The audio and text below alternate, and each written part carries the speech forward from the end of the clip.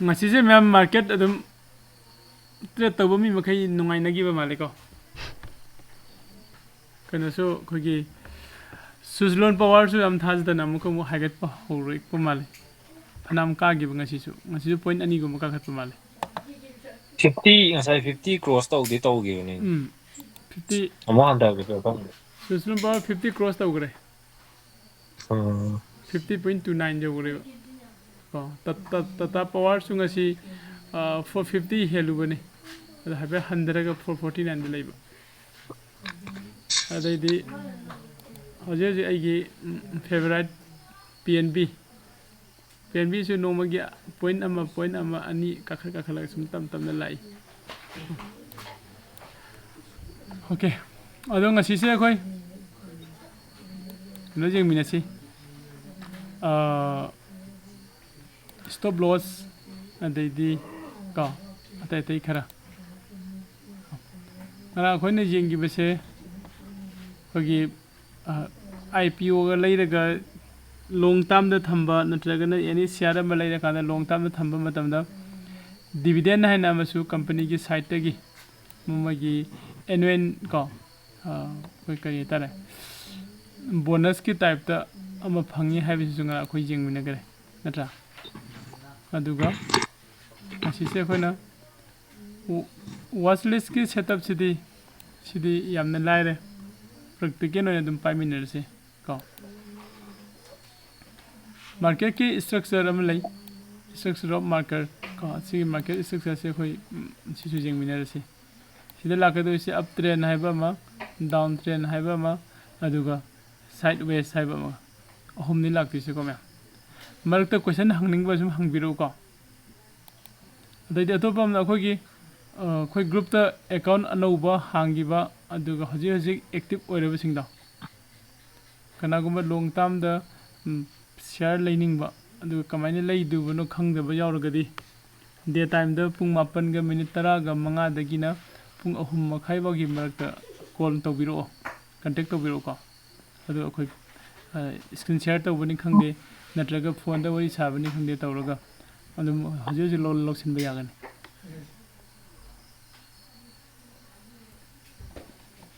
Heng tawjaraga sa hoy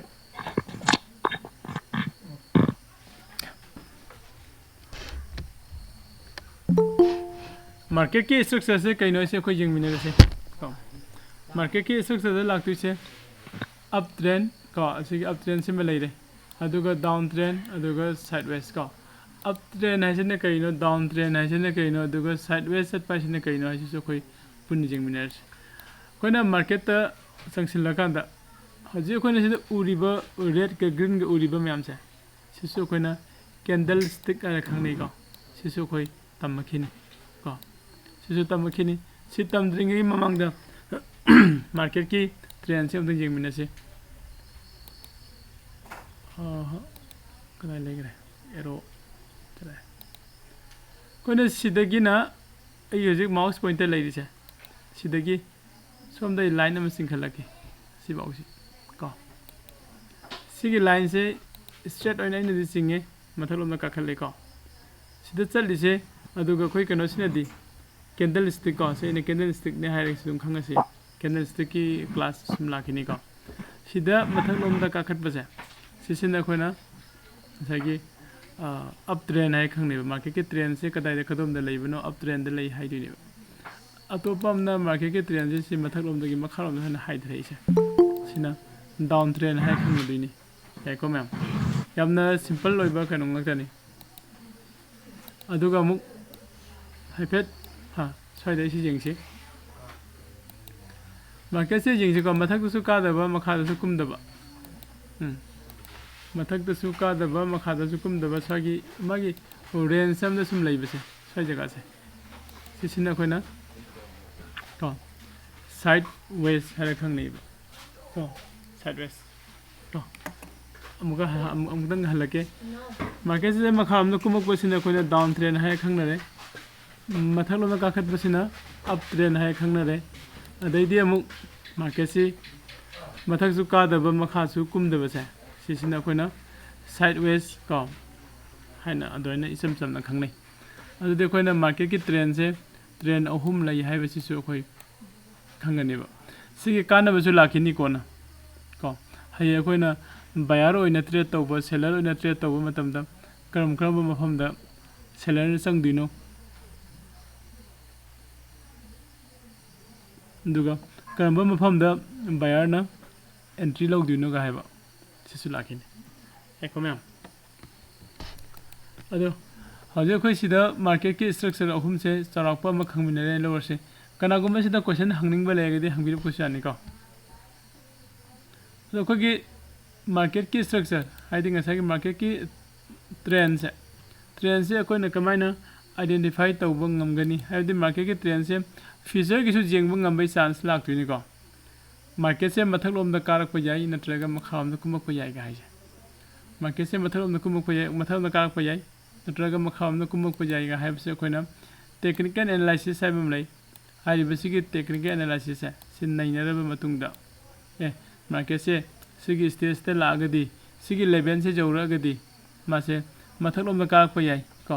ꯃꯥꯅ ꯀꯥꯈꯠꯂꯛꯏꯁꯤ ꯑꯁꯤꯒꯤꯗ ꯂꯩꯔꯤꯕ ꯂꯦꯚꯦꯜꯁꯦ ꯌꯧꯔꯒꯗꯤ ꯃꯥꯁꯦ ꯑꯃꯨꯛ ꯍꯥꯏꯊꯔꯛꯄ ꯌꯥꯏꯒ ꯍꯥꯏꯕ ꯁꯨꯝꯕꯁꯤꯁꯨ ꯑꯩꯈꯣꯏ ꯇꯦꯛꯅꯤꯀꯦꯜ ꯑꯦꯅꯥꯂꯥꯏꯁꯤꯁꯇ ꯄꯨꯟꯅ ꯈꯪꯃꯤꯟꯅꯁꯤ ꯌꯥꯏꯀꯣ ꯑꯗ ꯑꯩꯈꯣꯏ ꯕꯥꯁꯀꯦꯠ ꯍꯥꯏꯕ ꯑꯃ ꯌꯥꯎꯔꯤ ꯖꯦꯔꯣꯗꯥ ꯑꯦꯀꯥꯎꯟꯗꯀꯣ ꯕꯥꯁꯀꯦꯠꯁꯦ ꯌꯥꯝ ꯀꯥꯟꯅꯩ ꯕꯥꯁꯀꯦꯠꯁꯦ ꯑꯗꯨꯛꯀꯤ ꯃꯇꯤꯛ ꯀꯥꯟꯅꯩ ꯍꯥꯏꯇꯥꯔꯦ ꯑꯩꯈꯣꯏꯅ ꯇ꯭ꯔꯦꯠ ꯂꯧꯕ ꯃꯇꯝꯗ ꯋꯥꯟ ꯇꯥꯏꯝꯗꯀꯣ ꯇ꯭ꯔꯦꯠꯁꯦ ꯃꯌꯥꯝ ꯄꯨꯂꯞ ꯑꯃꯨꯛꯇꯪꯗ ꯋꯥꯟ ꯇꯥꯏꯝꯗ ꯂꯧꯅꯤꯡꯕ ꯑꯗꯨꯒꯤ ꯃꯇꯝꯗ ꯁꯤꯒꯤ ꯕꯥꯁꯀꯦꯠꯁꯦ ꯁꯤꯖꯤꯟꯅꯕ ꯌꯥꯏꯀꯣ ꯑꯗꯩꯗꯤ ꯀꯅꯥꯒꯨꯝꯕ ꯑꯩꯈꯣꯏꯅ ꯑꯣꯞꯁꯟꯗ ꯇ꯭ꯔꯦꯠ ꯇꯧꯕ ꯃꯇꯝꯗ ꯍꯦꯗꯖꯤꯡ ꯁꯦꯝꯕ ꯍꯥꯏꯅ ꯂꯩ ꯍꯦꯗꯖꯤꯡꯁꯦ ꯑꯩꯈꯣꯏ ꯄ꯭ꯔꯣꯐꯤꯠꯁꯦ ꯌꯥꯝꯁꯨ ꯃꯥꯡꯗꯕ ꯌꯥꯝꯁꯨ ꯇꯣꯡꯗꯕ ꯀꯣ ꯑꯗꯨꯒꯨꯝꯕ ꯃꯈꯜꯒꯤ ꯇ꯭ꯔꯦꯠꯁꯦ ꯂꯧꯕ ꯃꯇꯝꯗ ꯁꯤꯒꯤ ꯕꯥꯁꯀꯦꯠꯁꯦ ꯌꯥꯝ ꯀꯥꯟꯅꯩ ꯀꯣ ꯁꯨꯃꯥꯏꯅ ꯕꯥꯁꯀꯦꯠꯀꯤ ꯀꯥꯟꯅꯕꯁꯨ ꯍꯌꯦꯡ ꯑꯩꯈꯣꯏ ꯄ꯭ꯔꯦꯛꯇꯤꯀꯦꯜꯂꯤ ꯄꯥꯏꯕꯁꯨ ꯌꯥꯏ ꯑꯗꯣ ꯍꯧꯖꯤꯛꯀꯤ ꯖꯁ ꯑꯩꯈꯣꯏ ꯌꯦꯡꯉꯝꯁꯦ ꯍꯥꯏꯔꯒꯁꯨ ꯖꯦꯔꯣꯗꯥ ꯑꯦꯀꯥꯎꯟꯗ ꯆꯪꯕꯤꯔꯒ ꯑꯣꯔꯗꯔꯗ ꯆꯪꯉꯀꯥꯟꯗꯀꯣ ꯁꯤꯗ ꯕꯥꯁꯀꯦꯠ ꯍꯥꯏꯅ ꯑꯃ ꯌꯥꯎꯕꯅꯤ ꯀꯣ ꯁꯤꯒꯤ ꯂꯩꯔꯤꯕ ꯕꯥꯁꯀꯦꯠꯁꯦ ꯁꯤꯗ ꯑꯩꯈꯣꯏ ꯑꯩꯒꯤ ꯑꯣꯔꯗꯔꯁꯤ ꯁꯦꯝꯕ ꯌꯥꯒꯅꯦꯕ ꯌꯥꯏꯀꯣ ꯕꯥꯁꯀꯦꯠ ꯁꯤꯖꯤꯟꯅꯔꯤꯁꯤ ꯀꯔꯤꯒꯤꯅꯣ ꯍꯥꯏ ꯀꯥꯟꯗ ꯑꯩꯅ ꯍꯦꯗꯖꯤꯡ ꯇꯧꯕ ꯃꯇꯝꯗ ꯑꯃꯨꯛꯇꯪꯗ ꯇ꯭ꯔꯦꯠ 3-4 ꯄꯨꯟꯅ ꯂꯧꯔꯛꯄ ꯑꯗꯨ नत्रगना हेजिंग नत्रगसु अइना अइगे ट्रेड से one time the multiple trade से वन टाइम द लोगे खल्लगदि बास्केट से दम सिजनबा याय यायको मैम ओके अदो हजे कोई नहांदई कोई ततमई से मार्केट त संगसिलगा शेयर मार्केट त संगगा शेयर से लैगनी जोनगनी सिदे हासुम थियोरी ओंदि हाय अदो प्रैक्टिकल ओइना अइना लैबा मतमदा को लिमिट ऑर्डर हैबा मार्केट ऑर्डर हैबा मलाई को सिगी लिमिट ऑर्डर सिने करिनो मार्केट ऑर्डर सिने करिनो अदु ऑर्डर हाय सिने करिनो हैबदुने बेलाक्तिसो ओके हैने सिदा अगी जेरोदा अकाउंट सिदा ऑर्डर द संगगा हैना म संगसिलकपदो अखोइना एनी सिदा XYZ कंपनी मा बाय तौबा हैबसे ऑर्डर म तौसिलैनिबा को ऑर्डर म पीरैने कोई ब्रोकर द हाइतारे ब्रोकर के रोबोट टू द ऑर्डर में पीरैने ने खल्लसे बदो को सिसे लैरो हैने पीरैनेबा अइने पीरैबा अमाउंट सिदा मासे फंगबा मतम सि लैरो हैने पीरैनेबा को सिगी ऑर्डर से सिदा कोई सिदा लैरमी से लिमिट ऑर्डर हैबा मा मार्केट ऑर्डर हैबा मा लैबा अनि सिगी डिफरेंस ने कैनो हैगदि मार्केट ऑर्डर हैगदि हजि मार्केट ते लैबा प्राइस तो अदुदा कोइना बाय तौबा यागनिबा को लिमिट ऑर्डर हैगना अइना प्राइस से पीरगा को हाइदि सपोज मसाइ माइ प्राइस तो सिदगी हाइगलागा सि जौरगदि तारकपा याय हैने खनबा मतम सिदा अइना असवागी जगह सिदा मार्केट से सेल तौथोके गायना खनबा को सेल तौथोबा सिदा को ngawrगसु सिदा कोइ मार्केट से हाइदरेगा अइसे स्वाइदा ngaइरगा लैरेबा स्वाइ जगह सिदा लुपा से 20 मुक पीरे खलसे अइना 20 रुपीस से हेक जौरको मतमदा अइगे ट्रेड से बाय तौरगा एंट्री लौरो हैना ऑर्डर थंबा याय को ओके सिगी ऑर्डर ने थंगदोइसे सिंबु मखनगी ऑर्डर से कोना लिमिट ऑर्डर हैन खंगननेबा मार्केट ऑर्डर हैरगना मार्केट की एनी स्टेज अमदा मार्केट की एनी लेवल अमदा ꯑꯐꯪꯕ ꯃꯇꯝꯗ ꯂꯩꯔꯨꯔꯣ ꯍꯥꯏꯅ ꯑꯩꯈꯣꯏꯅ ꯑꯦꯛꯖꯤꯀ꯭ꯌꯨꯠ ꯀꯩꯅꯣ ꯇꯧꯁꯤ ꯑꯣꯔꯗꯔ ꯇꯧꯁꯤꯟꯕꯗꯨꯅꯦꯕ ꯌꯥꯏꯀꯣ ꯑꯗꯣ ꯍꯧꯖꯤꯛ ꯑꯩꯈꯣꯏꯅ ꯑꯣꯔꯗꯔ ꯇꯧꯕꯒꯤ ꯍꯥꯏꯔꯤꯕꯁꯤꯡꯁꯦ ꯀꯗꯥꯏꯗ ꯀꯃꯥꯏꯅ ꯆꯪꯉꯒ ꯑꯣꯔꯗर ꯇꯧꯒꯗꯣꯏꯅꯣ ꯍꯥꯏꯔꯒꯗꯤ ꯀꯣ ꯁꯄꯣꯁ ꯑꯩꯈꯣꯏ ꯄꯟꯖꯥꯕ ꯅꯦꯁꯅꯦꯜ ꯕꯦꯡꯛꯁꯤ ꯑꯗꯨꯝ ꯌꯦꯡꯉꯁꯤ ꯀꯣ ꯄꯟꯖꯥꯕ ꯅꯦꯁꯅꯦꯜ ꯕꯦꯡꯛꯁꯤꯗ ꯑꯩꯅ ꯃꯥꯎꯁ ꯑꯣꯚꯔ ꯇꯧꯕ ꯃꯇꯝꯗ ꯕꯥꯏ ꯍꯥꯏꯅ ꯊꯣꯛꯂꯛꯑꯦ ꯑꯗꯨꯒ ꯑꯩꯈꯣꯏꯒꯤ ꯃꯣꯕꯥꯏꯜꯗ ꯑꯩꯈꯣꯏꯅ ꯏꯟꯁꯇꯣꯜ ꯇꯧꯕ ꯖꯦꯔꯣꯗꯥꯒꯤ ꯀꯥꯏꯠꯇꯣ ꯑꯗꯨꯗ ꯆꯪꯉꯒꯗꯤ ꯃꯥꯎꯁ ꯑꯣꯚꯔ ꯇꯧꯔꯒ ꯑꯩꯈꯣꯏꯅ ꯀ꯭ꯂꯤꯛ ꯇꯧꯕ ꯃꯇꯝꯗ ꯃꯈꯥꯗ ꯕꯥꯏ ꯑꯦꯟ ꯁꯦꯜ ꯍꯥꯏꯅ ꯊꯣꯛꯏ ꯆꯨꯝꯃꯤꯀꯣ ꯃꯌꯥꯝ ꯑꯗꯣ ꯁꯤꯒꯤ ꯄꯤ ꯑꯦꯟ ꯕꯤꯁꯤꯗ ꯑꯩꯈꯣꯏꯅ ꯃꯥꯎꯁ ꯑꯣꯚꯔ ꯇꯧꯕ ꯃꯇꯝꯗ ꯄꯤ ꯑꯦꯟ ꯕꯤ ꯅꯠꯇꯕ ꯑꯦꯅꯤ ꯀꯝꯄꯅꯤ ꯑꯃꯗ ꯌꯦꯡꯉꯣ ꯑꯦꯁ ꯕꯤ ꯑꯥꯏ ꯑꯦꯟ ꯀꯣ ꯑꯥꯏꯗꯤꯌꯥ ꯖꯤꯑꯣ ꯐꯥꯏꯅꯥꯟꯁ ꯀꯣ ꯂꯩꯔꯤꯕ ꯑꯦꯝ ꯑꯦꯜ ꯏꯟꯗꯤꯌꯥ ꯀꯣ ꯁꯤꯒꯤ ꯂꯩꯔꯤꯕ ꯀꯝꯄꯅꯤ ꯃꯌꯥꯝꯁꯦ ꯁꯤꯗ ꯑꯩꯅ ꯃꯥꯎꯁ ꯑꯣꯚꯔ ꯇꯧꯕ ꯃꯇꯝꯗ ꯉꯁꯥꯏꯒꯤ ꯃꯥꯒꯤ ꯁꯤꯒꯤ ꯕꯥꯏ ꯑꯣꯞꯁꯟꯁꯦ ꯊꯣꯔꯛꯑꯦꯕ ꯀꯣ ꯕꯤꯁꯤꯅ ꯕꯥꯏ ꯍꯥꯏꯕꯅꯤ ꯑꯦꯁꯅ ꯁꯦꯜꯅꯤ ꯑꯗꯨꯒ ꯁꯤꯒꯤ ꯂꯥꯏꯟ ꯃꯔꯤ ꯃꯉꯥ ꯅꯝꯃꯤꯁꯦ ꯁꯤꯅ ꯀꯔꯤꯅꯣ ꯍꯥꯏꯀꯥꯟꯗ ꯁꯤꯗ ꯃꯥꯒꯤ ꯑꯣꯔꯗꯔꯁꯦ ꯀꯌꯥꯝ ꯂꯩꯒꯦ ꯍꯥꯏꯕꯗꯨꯅꯦꯕ ꯀꯣ ꯕꯥꯌꯔꯅ ꯀꯌꯥꯝ ꯂꯩꯕ ꯁꯦꯂꯔꯅ ꯀꯌꯥꯝ ꯂꯩꯕ ꯍꯥꯏꯕꯗꯨꯅꯦꯕ ꯀꯣ ꯁꯦ ꯑꯩꯈꯣꯏ ꯁꯤꯗ ꯑꯥꯏꯗꯤꯌꯥ ꯌꯥꯎꯗꯕ ꯑꯥꯏꯗꯤꯌꯥꯗ ꯀꯩꯅꯣꯝꯇ ꯌꯦꯡꯍꯟꯒꯦꯀꯣ ꯃꯁꯤ ꯃꯥꯔꯀꯦꯠ ꯑꯋꯥꯔꯗ ꯌꯦꯡꯕꯗ ꯌꯥꯝ ꯅꯨꯡꯉꯥꯏꯕꯅꯤ ꯑꯥꯏꯗꯤꯌꯥꯒꯤ ꯑꯣꯔꯗꯔ ꯃꯌꯥꯝꯁꯦ ꯉꯁꯤꯗꯤ ꯁꯤꯗ ꯎꯕꯗꯤ ꯐꯪꯗ꯭ꯔꯦ ꯃꯥꯔꯀꯦꯠ ꯑꯋꯥꯔꯗ ꯌꯦꯡꯉꯣ ꯑꯥꯏꯗꯤꯌꯥ ꯀꯝꯄꯅꯤꯁꯦ ꯃꯤꯁꯦ ꯃꯁꯤꯡꯁꯦ ꯑꯗꯨꯛꯀꯤ ꯃꯇꯤꯛ ꯌꯥꯝꯅ ꯇ꯭ꯔꯦꯠ ꯇꯧꯋꯦꯕ ꯀꯣ ꯃꯣꯔ ꯗꯦꯟ 20 lakhs 10 lakhs ꯀꯣ ꯗꯦꯂꯤ ꯃꯉꯣꯝꯗ ꯇ꯭ꯔꯦꯠ ꯇꯧꯋꯦꯕ ꯑꯥꯏꯗꯤꯌꯥ ꯀꯝꯄꯅꯤꯁꯦ ꯍꯌꯦꯡ ꯃꯥꯔꯀꯦꯠ ꯑꯋꯥꯔꯗ ꯑꯥꯏꯗꯤꯌꯥꯗ ꯆꯪꯉꯒ ꯃꯥꯒꯤ ꯁꯤꯒꯤ ꯂꯥꯏꯟ ꯃꯆꯥ 5 ꯂꯥꯏꯟꯁ ꯆꯤꯡꯕꯁꯦ ꯁꯤꯗ ꯃꯥꯔꯀꯦꯠ ꯗꯦꯞꯁꯦ ꯆꯪꯉꯒ ꯌꯦꯡꯕꯤꯌꯨ ꯃꯌꯥꯝ ꯀꯣ ꯑꯗꯨꯒ ꯃꯥꯒꯤ ꯁꯤꯗ ꯁꯨꯝ ꯅꯥꯀꯟ ꯁꯥꯏꯠꯇ ꯔꯦꯠ ꯁꯥꯏꯠꯇ ꯎꯔꯤꯁꯦ ꯍꯥꯏꯗꯤ ꯑꯣꯐꯔ ꯍꯥꯏꯁꯤꯅ ꯁꯦꯂꯔ ꯃꯁꯤꯡ ꯑꯣꯏꯗꯣꯏꯅꯤ ꯑꯗꯨꯒ ꯕꯤꯠ ꯍꯥꯏꯁꯤꯅ ꯕꯥꯌꯔ ꯃꯁꯤꯡ ꯑꯣꯏꯗꯣꯏꯅꯦꯕ ꯀꯣ ꯑꯣꯔꯗꯔ ꯃꯁꯤꯡ ꯂꯥꯛꯀꯅꯤ ꯀ꯭ꯋꯥꯟꯇꯤꯇꯤ ꯃꯁꯤꯡ ꯂꯥꯛꯀꯅꯤ ꯌꯥꯏꯀꯣ ꯑꯗꯣ ꯑꯩꯈꯣꯏꯅ ꯁꯤꯗ ꯕꯥꯏ ꯇꯧꯕ ꯁꯦꯜ ꯇꯧꯕ ꯀꯣ ꯁꯦ ꯁꯄꯣꯁ ꯑꯩꯅ ꯑꯥꯏꯗꯤꯌꯥꯁꯦ ꯕꯥꯏ ꯇꯧꯒꯦ ꯈꯜꯂꯁꯤ ꯑꯗꯨꯗꯤ ꯑꯩ ꯕꯤꯁꯤꯗ ꯅꯝꯃꯅꯤ ꯀꯣ ꯕꯥꯏ ꯇꯧꯕ ꯃꯇꯝꯗ ꯑꯩꯈꯣꯏꯒꯤ ꯁꯤ ꯊꯣꯔꯛꯑꯦ ꯀꯣ ꯁꯤꯗ ꯕꯥꯏ ꯊꯣꯛꯑꯀꯥꯟꯁꯤꯗ ꯑꯩꯅ ꯂꯩꯒꯗꯧꯔꯤꯁꯦ ꯀꯣ ꯀ꯭ꯋꯥꯟꯇꯤꯇꯤ ꯀꯌꯥ ꯂꯧꯗꯣꯏꯅꯣ ꯃꯥꯒꯤ ꯄ꯭ꯔꯥꯏꯁꯅ ꯀꯌꯥ ꯂꯧꯗꯣꯏꯅꯣ ꯍꯥꯏꯕ ꯌꯥꯏꯀꯣ ꯑꯗꯨꯒ ꯁꯤꯗ ꯃꯥꯔꯀꯦꯠ ꯍꯥꯏꯕ ꯑꯃ ꯂꯤꯃꯤꯠ ꯍꯥꯏꯕ ꯑꯃ ꯍꯧꯖꯤꯛ ꯑꯩꯈꯣꯏꯅ ꯌꯦꯡꯉꯤꯕꯗꯣ ꯃꯥꯔꯀꯦꯠ ꯑꯣꯔꯗꯔ ꯍꯥꯏꯕ ꯑꯃ ꯂꯤꯃꯤꯠ ꯑꯣꯔꯗꯔ ꯍꯥꯏꯕ ꯑꯃ ꯑꯅꯤꯅꯦꯕ ꯌꯥꯏꯀꯣ ꯃꯥꯔꯀꯦꯠ ꯑꯣꯔꯗꯔ ꯍꯥꯏꯔꯒꯗꯤ ꯍꯧꯖꯤꯛ ꯂꯩꯔꯤꯕ ꯃꯥꯒꯤ ꯑꯥꯏꯗꯤꯌꯥꯒꯤ ꯂꯩꯔꯤꯕ ꯂꯨꯄꯥ 13 ꯄꯩꯁꯥ 94 ꯀꯣ 16.43 ꯁꯤꯒꯤ ꯑꯦꯃꯥꯎꯟꯁꯦ ꯁꯤꯗ ꯑꯥꯏꯗꯤꯌꯥꯁꯦ ꯂꯩꯕ ꯐꯪꯒꯅꯦꯕ ꯑꯗꯨꯒ ꯑꯩꯅ ꯑꯩꯗꯤ ꯁꯤꯒꯤ 16.43ꯁꯦ ꯁꯤꯗ ꯂꯩꯔꯣꯏꯒꯦ ꯃꯁꯤꯁꯦ ꯉꯥꯏꯍꯥꯛꯇꯪ ꯂꯩꯔꯒ ꯍꯟꯊꯔꯀꯥꯟꯗ ꯃꯥꯁꯦ 16.3ꯒ ꯌꯧꯔꯛꯇꯧ ꯃꯥꯜꯂꯤ 16.30 ꯁ꯭ꯋꯥꯏꯗ ꯂꯩꯒꯦ ꯍꯥꯏꯔꯒ ꯁꯤ ꯊꯝꯒꯦ ꯁꯨꯃꯥꯏꯅ ꯑꯩꯈꯣꯏꯅ ꯃꯥꯒꯤ ꯑꯀꯛꯅꯕ ꯄ꯭ꯔꯥꯏꯁ ꯑꯝꯗ ꯂꯩꯒꯦ ꯈꯜꯂꯒꯗꯤ ꯂꯤꯃꯤꯠ ꯑꯣꯔꯗꯔꯗ ꯊꯝꯕꯤꯒꯅꯦꯕ ꯌꯥꯏꯀꯣ ꯁꯨꯃꯥꯏꯅ ꯇꯧꯔꯒ ꯑꯩꯈꯣꯏꯅ ꯂꯧꯕ ꯌꯥꯕꯒꯤ ꯈꯨꯗꯣꯡꯆꯥꯕꯁꯨ ꯂꯩꯀꯣ ꯑꯗꯣ ꯃꯊꯛꯇ ꯑꯃꯨꯛ ꯌꯦꯡꯕꯤꯌꯨ ꯁꯤꯗ ꯏꯟꯇ꯭ꯔꯥꯗꯦ ꯍꯥꯏꯕ ꯑꯃ ꯂꯩꯔꯦ ꯁꯤꯗꯅ ꯂꯣꯡ ꯇꯥꯔꯝ ꯍꯥꯏꯕ ꯑꯃ ꯂꯩꯔꯦ ꯏꯟꯇ꯭ꯔꯥꯗꯦꯁꯤꯅ ꯑꯩꯈꯣꯏꯅ ꯁꯤꯗ MIS ꯍꯥꯏꯀꯣ MIS intraday order will be exited before the market close ꯁꯤꯁꯨ ꯑꯩꯈꯣꯏ ꯈꯪꯕ ꯃꯊꯧ ꯇꯥꯏ ꯑꯩꯈꯣꯏꯅ ꯇ꯭ꯔꯦꯠ ꯇꯧꯕ ꯃꯇꯝꯗ ꯏꯟꯇ꯭ꯔꯥꯗꯦꯁꯤꯗ ꯂꯧꯔꯕ ꯑꯩꯒꯤ ꯇ꯭ꯔꯦꯠꯁꯦ ꯑꯩꯅ ꯏꯟꯇ꯭ꯔꯥꯗꯦꯗ ꯂꯧꯔꯒꯗꯤ ꯃꯥꯔꯀꯦꯠꯀꯤ ꯀ꯭ꯂꯣꯖ ꯇꯧꯕ ꯃꯤꯟꯁ ꯕꯤꯐꯣꯔ 3:30ꯒꯤ ꯃꯃꯥꯡꯗ ꯑꯩꯒꯤ ꯇ꯭ꯔꯦꯠꯁꯦ ꯑꯦꯛꯖꯤꯠ ꯇꯧꯒꯗꯧꯕꯅꯦꯕ ꯑꯩꯒꯤ ꯇ꯭ꯔꯦꯠꯁꯦ ꯑꯦꯛꯖꯤꯠ ꯇꯧꯒꯅꯤ ꯌꯥꯔꯦꯀꯣ ꯅꯠꯇ꯭ꯔꯒꯅ ꯁꯤꯗ ꯂꯣꯡ ꯇꯥꯔꯝ ꯍꯥꯏꯕ ꯑꯃ ꯂꯩꯔꯦ ꯂꯣꯡ ꯇꯥꯔꯝꯗ ꯂꯧꯔꯒꯗꯤ ꯄꯨꯔꯥ ꯂꯥꯏꯐꯀꯤ ꯑꯣꯏꯅ ꯆꯍꯤ 5 ꯑꯃ 10 ꯑꯃ 20 ꯑꯃ 30 ꯑꯃ ꯑꯩꯅ ꯍꯦꯛ ꯌꯣꯟꯗ꯭ꯔꯤ ꯐꯥꯎꯕ ꯁꯤꯗ ꯂꯧꯗꯣꯏꯅꯦꯕ ꯑꯗꯨꯅ ꯉꯁꯥꯏ ꯑꯩꯈꯣꯏꯅ ꯂꯣꯡ ꯇꯥꯔꯝ ꯏꯟꯚꯦꯁꯃꯦꯟ ꯍꯥꯏꯔꯤꯁꯦ ꯑꯩꯅ ꯕꯥꯏ ꯇꯧꯕ ꯃꯇꯝꯗ ꯁꯤꯒꯤ ꯂꯣꯡ ꯇꯥꯔꯝꯁꯦ ꯁꯦꯂꯦꯛ ꯇꯧꯔꯒ ꯂꯩꯗꯣꯏꯅꯤ ꯌꯥꯏꯀꯣ ꯂꯣꯡ ꯇꯥꯔꯝ ꯁꯦꯂꯦꯛ ꯇꯧꯅꯤ ꯃꯥꯔꯀꯦꯠꯇ ꯂꯩꯕ ꯌꯥꯕꯅ ꯂꯩꯅꯤ ꯌꯥꯗꯕꯗꯨ ꯂꯤꯃꯤꯠꯇ ꯑꯌꯥꯝꯕ ꯂꯩꯒꯅꯤ ꯌꯥꯏꯀꯣ ꯏꯁꯝ ꯁꯝꯅ ꯁꯤꯒꯤꯁꯤꯃ ꯑꯩꯈꯣꯏ ꯈꯪꯁꯤ ꯑꯗꯨꯗꯩ ꯑꯩꯈꯣꯏꯅ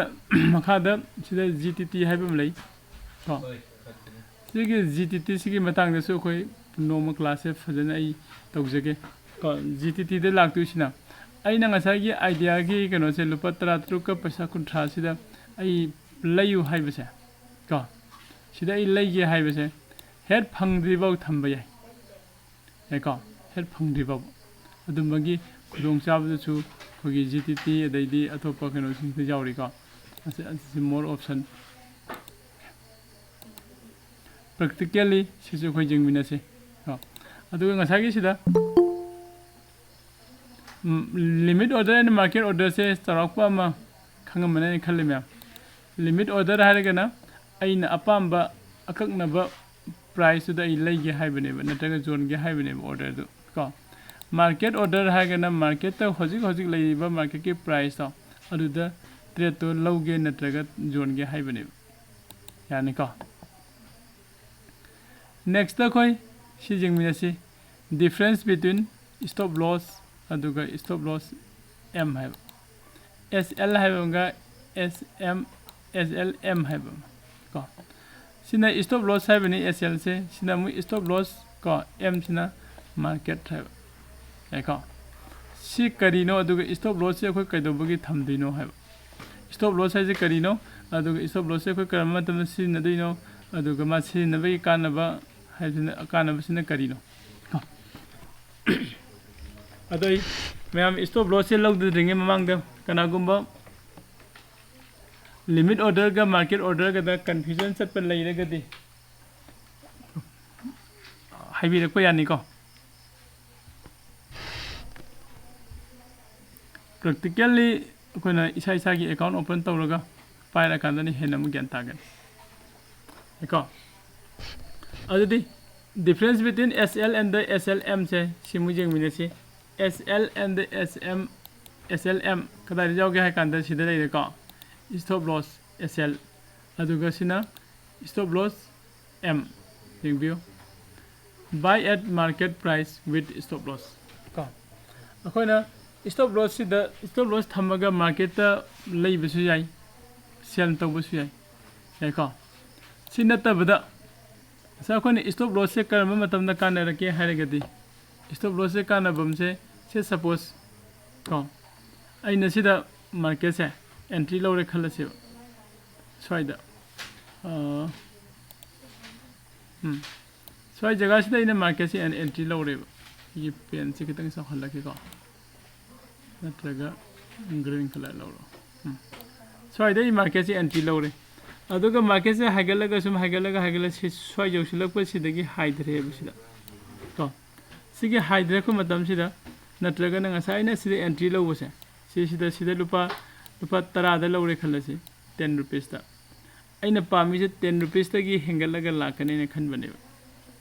ꯑꯗꯨꯕꯨ ꯀꯩꯒꯨꯝꯕ ꯃꯇꯝꯗ ꯑꯩꯅ 10 ꯔꯨꯄꯤꯁꯇꯒꯤ ꯍꯦꯟꯒꯠꯀꯅꯤ ꯍꯥꯏꯅꯗꯤ ꯈꯜꯂꯒ ꯃꯥꯔꯀꯦꯠꯁꯦ ꯃꯈꯥꯔꯣꯝꯗ ꯍꯥꯏꯊꯔꯛꯑꯒꯗꯤ ꯑꯩ ꯀꯩꯗꯧꯅꯤ ꯑꯩ ꯂꯣꯁ ꯑꯣꯏꯔꯅꯦꯕ ꯀꯣ ꯑꯗꯣ ꯍꯥꯏꯔꯤꯕ ꯂꯣꯁꯁꯦ ꯁꯤꯗꯒꯤ ꯑꯩ ꯀꯟꯒꯦ ꯍꯥꯏꯔꯒꯗꯤ ꯉꯁꯥꯏꯒꯤ ꯁ꯭ꯇꯣꯞ ꯂꯣꯁꯇꯣ SLꯁꯦ ꯁꯤꯖꯤꯟꯅꯒꯗꯕ ꯃꯌꯥꯝ ꯌꯥꯏꯀꯣ ꯑꯩꯅ ꯃꯥꯔꯀꯦꯠꯁꯦ ꯂꯨꯄꯥ 10ꯗꯪ ꯄꯤꯔꯤꯉꯩꯗ ꯕꯥꯏ ꯇꯧꯔꯦ ꯑꯗꯨꯒ ꯍꯥꯏꯒꯠꯂꯒ ꯑꯩꯅ ꯑꯩꯒꯤ ꯇꯥꯔꯒꯦꯠꯇꯤ ꯍꯥꯏꯗꯤ ꯑꯩꯒꯤ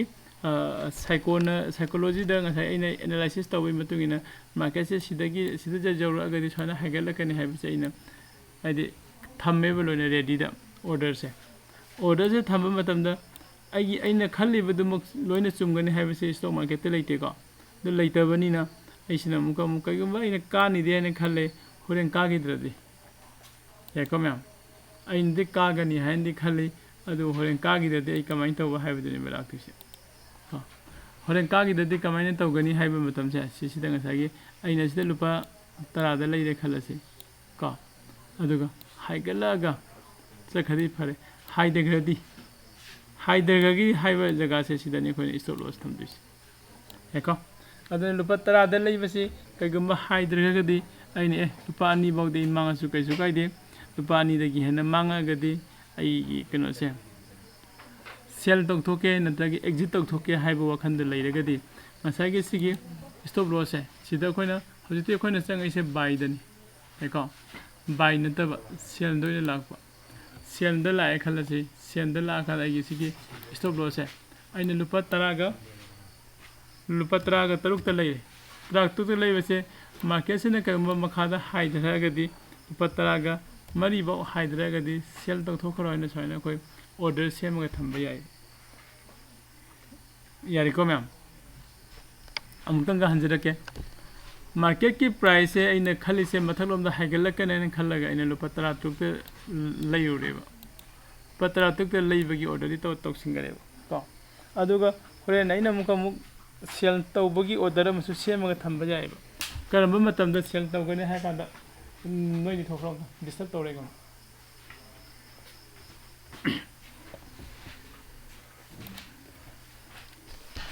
मैम साउब यादेको लुपा 30 तुक लौरमसी होरेन मार्केट से मखामदा हाइद्रागदी अइने मसे सेल तौगे हाइदे ऑटो सेल तौगिदोइनिको हाइदे मार्केट कनोदगी एग्जिट तौगिदोइनि एग्जिट तौबदो लुपा 30 तुक पिबसे लुपा अनि मांगंगसु याई दो लुपा 30 हेक जोबगा सेल तौथोखरो हाइरगदी सागी स्टॉप लॉस से खल्लगा सिदाने खोइन थमदिसे को स्टॉप लॉस नत्रगा स्टॉप लॉस एम को स्टॉप लॉस एम सिना मार्केट की प्राइस सखिनी अदुग एसएल सिना स्टॉप लॉस कनोदुनि अखोइना सिदा थंबसे असिदा लौदिने यानी को साइना अखोइना अदि स्टॉक मार्केट सिदा चंगसिला कांदा ngसागी क्वेश्चन मैम अमा लाखिनी तम तमना अइना मार्केट सिदा चंगगा लैरुरिसे अइना दि मार्केट सिदा हाइगलकदौरे हने खले अदुबु मार्केट से मखावना कुमधरगदी अइ कमाइन तौबा को हाइबा मतमदा खोइ स्टॉप लॉस नि सिंगदबने सिगी मयाम से कोई लॉन्ग टर्म गिदी थोइदोंना इंपोर्टेंट ओइदे को सिगी मयाम सिदि इंट्राडे की ngakतनि इंट्राडे नतगा डे ट्रेडिंग की लॉन्ग टर्म दे कोई स्टॉप लॉस थमबैसु मथौ तादे अमुक्तंग लौरगा अदम सही मंगामा तरामा कुन्नामा कुंथ्रामा थमगदौबनिना हयेंग मतम दुगी मतुंगिना मागी अमाउंट दो हेंगलखनि एको अमुक्सु तारंगनी अमुक्सु कागेनी अमुक्सु तारंगनी से सपोज होजे खोने सिदा उरिसे को सी जेंगमिना सी मार्केट की केनो से दे लाके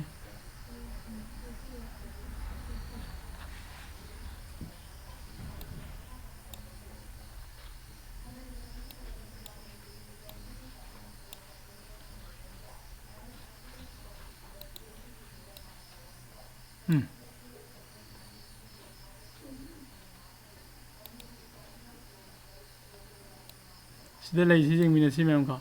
मार्केट से कमाइन कारके सिदा का खला में अमुक तारमे का अमुक का खले अमुक ता अमुक का खले ख अरे अमुक काब तौर था अमुक काब नत्रा अदुगा सुम तौरगा हजिगे सिदा लैनि बसी स्टेज सिदा अदो सिदे सिगी स्टेज सिदा लैनि बसे अखोइना जेंगो मतमदा को मासे हौरकफम सिदगिना मागी इनिशियल पॉइंट सिदैना हजि लैरिबा करेंट पोजीशन सिबो जेंगगदी मार्केट से करीना हानि मैम अप ट्रेंड ने हारने अप ट्रेंड ओइबन माई प्राइस तो सोय जगह सिदा ओरम प्राइस ना 7453 नि अदुगा सिददि क्यादा लेगरे को 23308 सुमिबरो आगिसो सुमिको सी कोरोना की हम कना हाई देगी मतमने सर मतमदा 2020 दा 7500 को मागी प्राइस से 2020 दा 7500 लेरमसे हजे की मार्केट प्राइस दे लेदिसे 23308 ने लेदिसे एको अदि प्रॉफिट से दुम फजन पी को मसिसो अदो कोना लॉन्ग टर्म द थंबगी कानबसे अखोई ngasiga क्लास से निमित मरी नि सुबने अदम मयाम अदम चरापा मते खंगमने ने खले कानबसे क्याम कानब लेगे हने को अदो याम नुंगाइबा न खोगी सिदा माइरा पाइबी इमा इवेंट अनि आइने सु मखोइदा हाइपेट शेयर तौरगा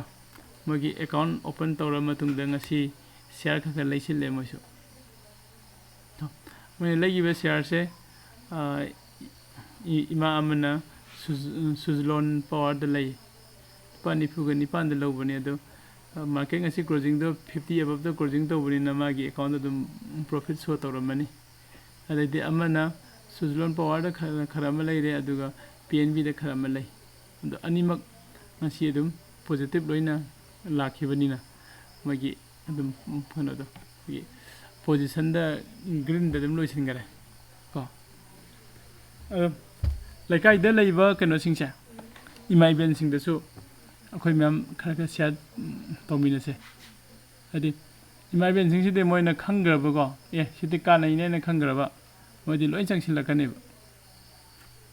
ꯑꯗꯣ ꯏꯟꯇ꯭ꯔꯥꯗꯦꯗꯤ ꯇꯥꯛꯄꯤꯕ ꯌꯥꯗꯦ ꯏꯟꯇ꯭ꯔꯥꯗꯦ ꯇꯥꯎꯔꯗꯤ ꯄꯨꯡꯃꯥꯡ ꯃꯥꯡꯉꯦ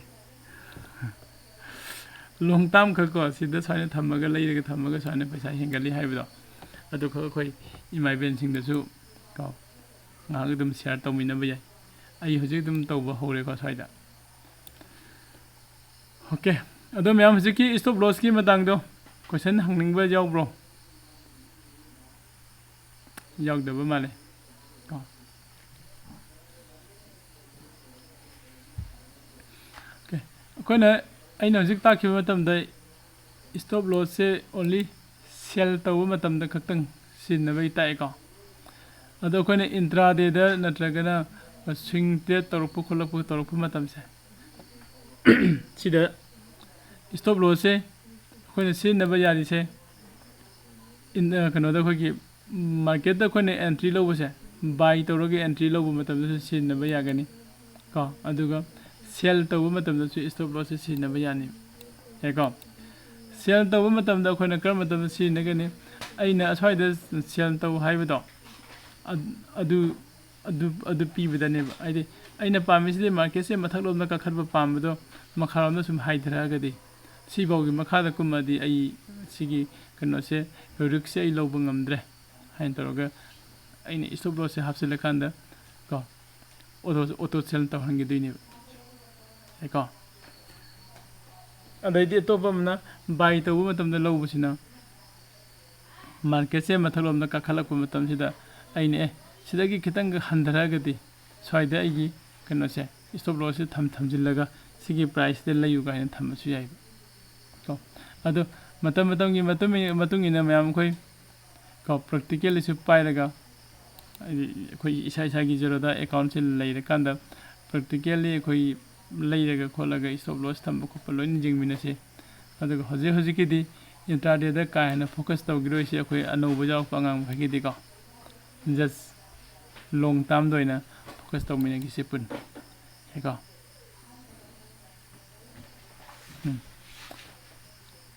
GTTꯒꯤ ꯃꯇꯥꯡꯁꯦ ꯁꯤꯁꯨ ꯁ꯭ꯇꯣꯞ ꯂꯣꯁꯀꯗꯤ ꯃꯥꯟꯅꯗꯣꯏꯅꯤ ꯀꯣ ꯑꯗꯨꯒ ꯁꯤꯒꯤ GTTꯁꯤꯅ ꯂꯥꯛꯇꯣꯏꯁꯤꯅ ꯑꯩꯈꯣꯏꯒꯤ ꯁꯤꯒꯤ ꯁ꯭ꯇꯣꯞ ꯂꯣꯁꯁꯤꯗꯤ ꯑꯩꯅ ꯉꯁꯤ ꯊꯝꯕ ꯁ꯭ꯇꯣꯞ ꯂꯣꯁꯁꯦ ꯍꯥꯏꯗꯤ ꯉꯁꯤ ꯀꯩꯅꯣ ꯍꯥꯏꯗꯤ ꯃꯥꯒꯤ ꯇꯥꯔꯒꯦꯠꯇꯣ ꯉꯁꯤ ꯌꯧꯔꯝꯗ꯭ꯔꯒꯗꯤ ꯃꯥꯁꯦ ꯉꯁꯤ ꯑꯗꯨꯝ ꯊꯝꯃꯤꯕ ꯑꯣꯔꯗꯔꯗꯣ ꯀꯦꯟꯁꯦꯜ ꯇꯧꯈꯤꯅꯤꯀꯣ ꯑꯣꯇꯣꯃꯦꯇꯤꯀꯦꯜꯂꯤ ꯑꯗꯨꯒ GTTꯗ ꯊꯝꯕꯁꯤꯗꯤ ꯉꯁꯤ ꯊꯝꯈꯤꯕꯁꯦ ꯉꯁꯤꯁꯨ ꯂꯩꯒꯅꯤ ꯍꯌꯦꯡꯁꯨ ꯂꯩꯒꯅꯤ ꯍꯪꯆꯤꯠꯁꯨ ꯂꯩꯒꯅꯤ ꯍꯥꯏꯗꯤ ꯃꯥꯒꯤ ꯇꯥꯔꯒꯦꯠꯇꯨꯗ ꯍꯤꯠ ꯑꯣꯏꯕ ꯅꯠꯇ꯭ꯔꯒꯅ ꯑꯩꯅ ꯆꯪꯁꯤꯜꯂꯒ ꯑꯣꯔꯗꯔꯗꯣ ꯀꯦꯟꯁꯦꯜ ꯇꯧꯊꯣꯛꯄ ꯑꯗꯨ ꯅꯠꯇ꯭ꯔꯤꯐꯥꯎꯕ ꯃꯥꯁꯦ ꯃꯥꯒꯤ ꯑꯩꯈꯣꯏꯅ ꯊꯝꯃꯨꯔꯤꯕ ꯀꯣ ꯑꯩꯅ ꯁꯦꯝꯃꯨꯔꯤꯕ ꯑꯣꯔꯗꯔꯗꯣ ꯑꯗꯨ ꯑꯣꯔꯗꯔꯗꯨ ꯐꯪꯗ꯭ꯔꯤꯐꯥꯎ ꯇꯥꯔꯒꯦꯠꯇꯨ ꯐꯪꯗ꯭ꯔꯤꯐꯥꯎ ꯃꯥꯁꯦ ꯉꯥꯏꯔꯒ ꯂꯩꯒꯅꯦꯕ ꯌꯥꯝ ꯁꯥꯊꯤꯕ ꯀꯩꯅꯣꯅꯤ GTTꯁꯦ ꯃꯌꯥꯝ ꯀꯣ ꯑꯗꯨ ꯃꯈꯥ ꯇꯥꯕꯗ ꯑꯩꯈꯣꯏ ꯍꯌꯦꯡꯗꯒꯤꯗꯤ ꯑꯩꯈꯣꯏ ꯀꯦꯟꯗꯜ ꯁ꯭ꯇꯤꯛꯀꯤ ꯃꯇꯥꯡꯗ ꯌꯦꯡꯃꯤꯟꯅꯁꯤ ꯀꯦꯟꯗꯜ ꯁ꯭ꯇꯤꯛꯁꯤꯗ ꯑꯩꯈꯣꯏꯅ ꯌꯦꯡꯗꯣꯏꯁꯦ ꯃꯥꯔꯀꯦꯠꯀꯤ ꯆꯠꯂꯤꯕ ꯀꯣ ꯁꯦ ꯏꯁꯝ ꯁꯝꯅ ꯍꯥꯏꯔꯀꯥꯟꯗ ꯑꯁꯤꯗ ꯂꯩꯔꯤꯁꯦ ꯀꯦꯟꯗꯜ ꯁ꯭ꯇꯤꯛꯅꯤ ꯉꯁꯥꯏꯅ ꯍꯥꯏꯈ꯭ꯔꯦ ꯀꯣ ꯁꯤꯗ ꯂꯩꯔꯤꯕ ꯀꯦꯟꯗꯜ ꯁ꯭ꯇꯤꯛꯁꯦ ꯈꯤꯇꯪ ꯆꯥꯎꯍꯜꯂꯛꯀꯦꯀꯣ ꯃꯌꯥꯝ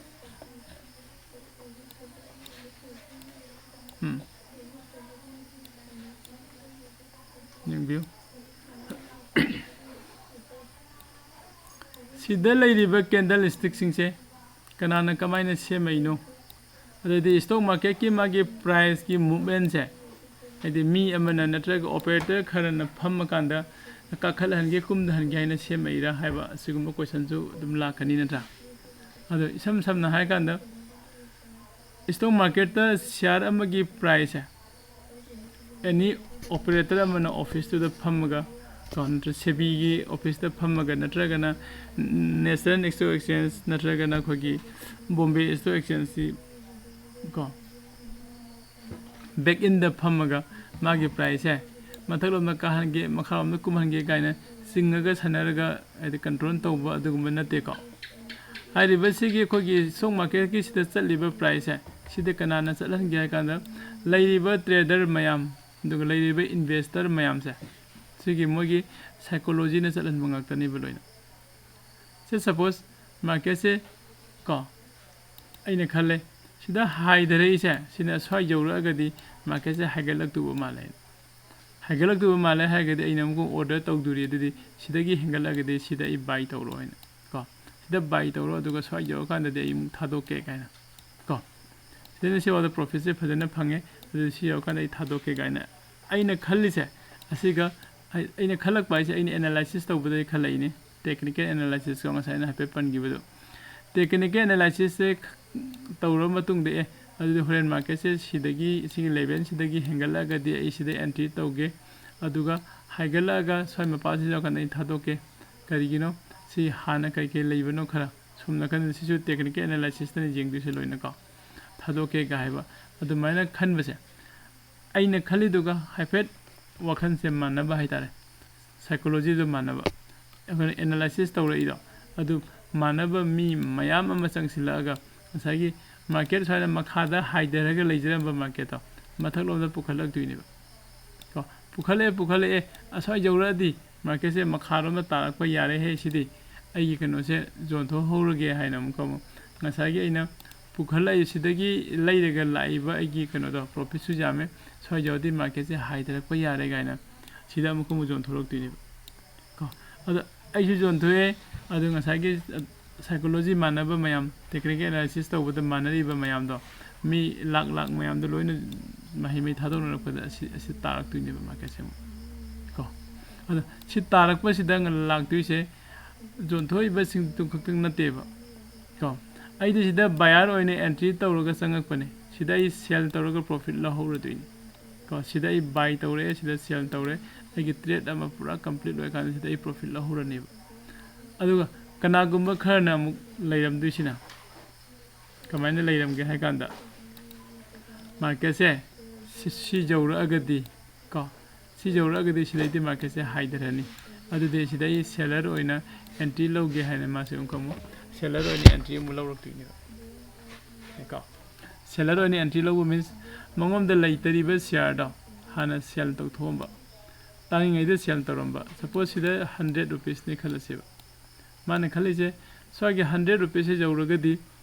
को मी म्याम से थादोंनर अनि अदुदि मार्केट से मखाम हाइथरा अनि सिनेबा मागी साइकोलॉजी ने लागतुसिना को अदुना 100 रुपीस सिना सी जौरगदी सी हाइथरा नि हाइबै माइ कन्सेप्ट से सी मतुंगिना स्वाइदे पुखलकपा मी म्याम से सेल तौथोरकपा माना अंकमु शेयर से लौसिलगा हाइ शेयर से सेल तौरगा एंट्री चंगक को 100 to सेल तौरमगा होरेन आदा 70 सोइदनि खलसि 70 सोइदा बाय तौरगा मार्केट से लोइसनबा है ट्रेड लोइसनबा हेको सिगी पोर्शन सिमा डायरेक्ट ओना प्रैक्टिकली पाइद्रगदि ngawgani ko